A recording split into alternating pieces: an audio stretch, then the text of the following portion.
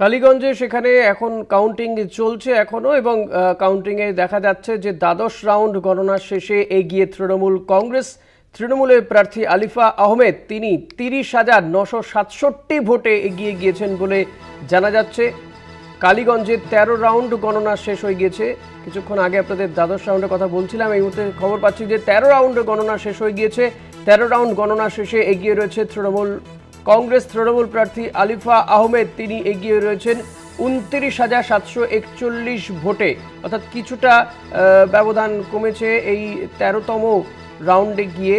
তবে এখনও যেটা জানা যাচ্ছে 29,000-এরও বেশি ভোটে এগিয়ে রয়েছেন তৃণমূল প্রার্থী। কালীগঞ্জে 13 রাউন্ড গণনা শেষে এগিয়ে তৃণমূল কংগ্রেসের প্রার্থী আলিফা আহমেদ। 2021 সালে এই বিধানসভা থেকে নির্বাচনে জিতেছিলেন নাসিরউদ্দিন আহমেদ। তার প্রয়াণেই এই কেন্দ্রে উপনির্বাচন হচ্ছে। 26-এর বিধানসভা ভোটের আগে বলা যেতে পারে যে এই নির্বাচনই হচ্ছে শেষ নির্বাচন এই মুহূর্তে দাঁড়িয়ে। তো এই উপনির্বাচন অত্যন্ত গুরুত্বপূর্ণ সেদিক থেকে শাসক বিরোধী উভয় পক্ষের কাছেই। শাসকের কাছে চ্যালেঞ্জ এই কেন্দ্র ধরে রাখা, পাশাপাশি বিজেপি সেখানে আদৌ দাঁত ফোটাতে পারে কিনা সেটাই চ্যালেঞ্জ ছিল। কিন্তু 13 রাউন্ড শেষে গণনা শেষে দেখা যাচ্ছে যে তৃণমূল কংগ্রেস এগিয়ে আছে। তৃণমূলের প্রার্থী আলিফা আহমেদ তিনি 29,741 ভোটে এগিয়ে রয়েছেন। সন্তু সাহা রয়েছেন আমার সঙ্গে। সন্তু, তৃণমূল কর্মী সমর্থকরা তারা এই এগিয়ে থাকাটাকে কিভাবে দেখছে?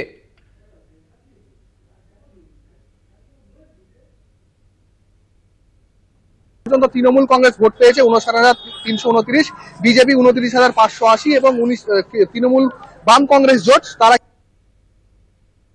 749 ভোটে এগিয়ে রয়েছে তৃণমূল।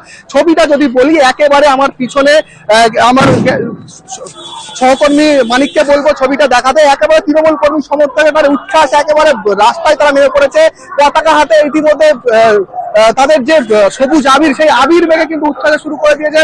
সকাল থেকে যে ছবিটা বলছিলাম যে তৃণমূল কর্মী সমর্থকদের যতই বাড়ছে উচ্ছ্বাস বাড়ছে, জেলা জেলা হচ্ছে উৎসবগুলো বাড়ছে, এখনো পর্যন্ত যেটা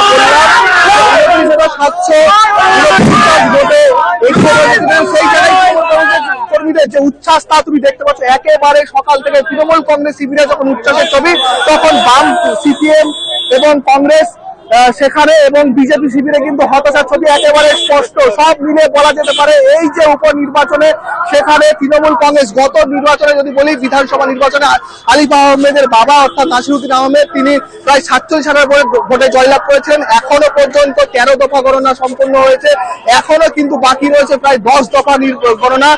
সেই জায়গায় দাঁড়িয়ে এই যে ব্যবধান, ভোটের ব্যবধান কতটা বাড়তে পারে সেটাই এখন দেখার। আমরা আরো একবার ছবিটা দেখার চেষ্টা করব। তৃণমূল কর্মী সমর্থকদের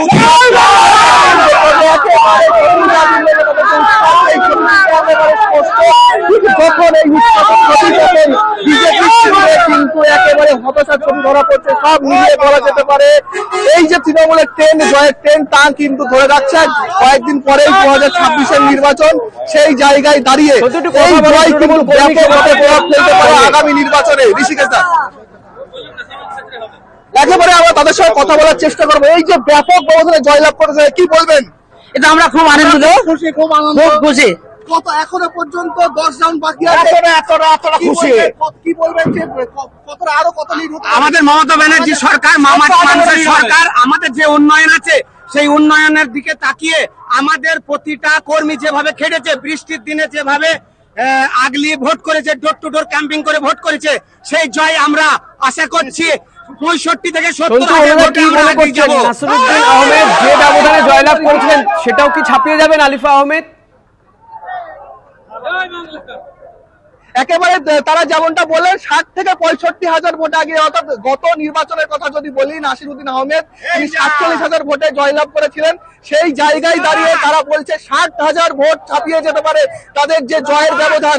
সেই সব মিলিয়ে বলা যেতে পারে গত নির্বাচনের থেকে বেশ খানিকটা আরো ছাপিয়ে যাবেই বলে মনে করছেন তৃণমূল কংগ্রেস কর্মীরা। ঋষিকেশ দা, সন্তু, অন্যদিকে যদি জানতে চাই যে যখন তৃণমূল কংগ্রেস শিবিরে উচ্ছ্বাসের ছবি, তখন বিজেপি বা বাম কংগ্রেস তাদের কি অবস্থা এই মুহূর্তে দাঁড়িয়ে?